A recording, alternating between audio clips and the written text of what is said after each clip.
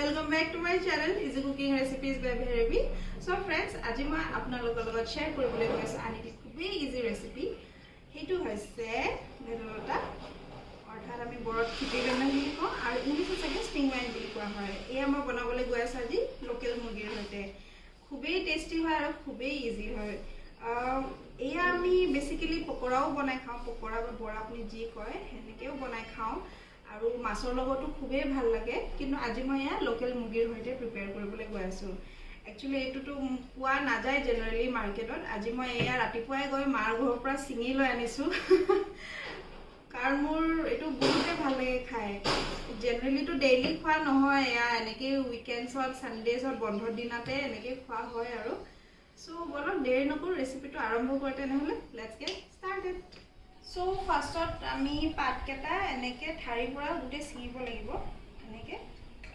তাৰ পিছত আটাইখিনি ছিঙি হৈ যোৱাৰ পিছত এয়া মই ভালকে ধুই লম আৰু ধুই লৈ মিক্সিত পেষ্ট এটা বনাই লম। আমাৰ পাতখিনি বাছা হৈ গৈছে। চাব এনেকে বুঢ়া পাতবিলাক বা এনেকে পোকে খোৱা পাতবিলাক নলব, সেইবিলাক পেলাই দিব। এতিয়া মই এয়া ভালকে ধুই লৈ মিক্সাৰ গ্ৰাইণ্ডাৰত ফাইন পেষ্ট এটা কৰি লম। মই এইখিনি ভালকে ধুই লৈছো। এতিয়া এয়া মই মিক্সিত অকমানকে দি একদম ফাইন পেষ্ট বনাম। এয়া অকমান দিলো, এইখিনি মই ফাৰ্ষ্টত পেষ্ট বনাই লম। And so আমাৰ খিপি বেন্দম পেষ্ট ৰেডি হৈ গ'ল। বলক এতিয়া আমি চিকেনখিনি বনাও। এয়া মই লৈছো 700 গ্ৰাম লোকেল মুৰ্গী আৰু এতিয়া এইখিনি মই মেৰিনেট কৰিম। আমি এইটো ৰেচিপিত একেবাৰে কম মছলা ইউজ কৰিম। সো তাৰ বাবে মই খালি লৈছো 2 টেবুলস্পুন হালদি পাউডাৰ, অকমান নিমখ সোৱাদৰ বাবে। তাৰ পিছত মই লৈছো অকমান জিৰা, এৰাউণ্ড 1.5 টেবুলস্পুন। তাৰ পিছত ফাইনালি মই ইয়াতে এড কৰিম জিঞ্জাৰ গাৰ্লিক পেষ্ট, এইটো 1.5 টেবুলস্পুন মান। পাহৰি গলো। আৰু মই এতিয়া লগতে ইয়াতে এড কৰিম অকমান মিঠাতেল। তাৰ পিছত আটাইখিনি ভালকে মেৰিনেট কৰিম আৰু মেৰিনেট কৰি থৈ দিম। বেছি টাইম ৰাখিব নালাগে, 20 মিনিট মান। সেইটো সময়খিনিত মই বাকিখিনি কামখিনি কৰি লম আৰু।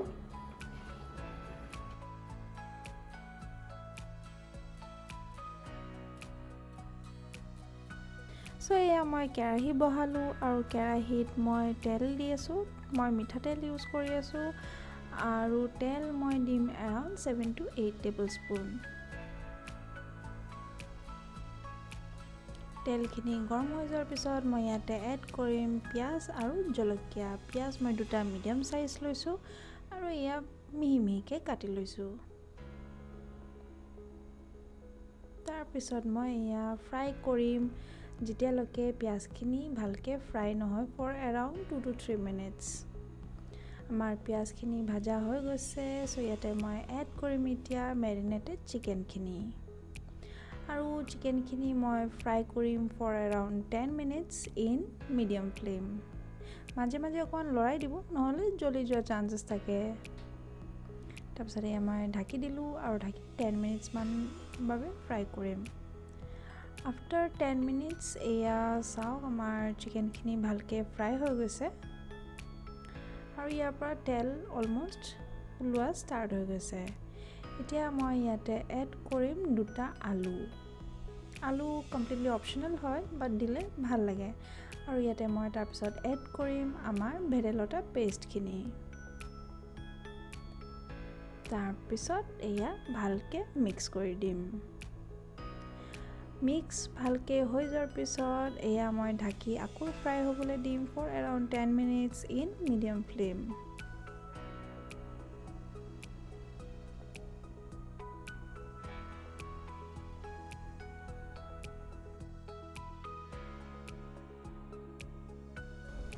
টেন মিনিটছ হৈ গৈছে। এতিয়া মই এয়া চাওক চেক কৰিছোঁ, ইয়াৰ পৰা পানী গোটেই শুকাই গৈছে। সো এতিয়া মই এয়া অকণমান লৰাই দিম আৰু ইয়াতে মই এড কৰিম গৰম পানী এৰাউণ্ড 2 to 3 গ্লাছেছ।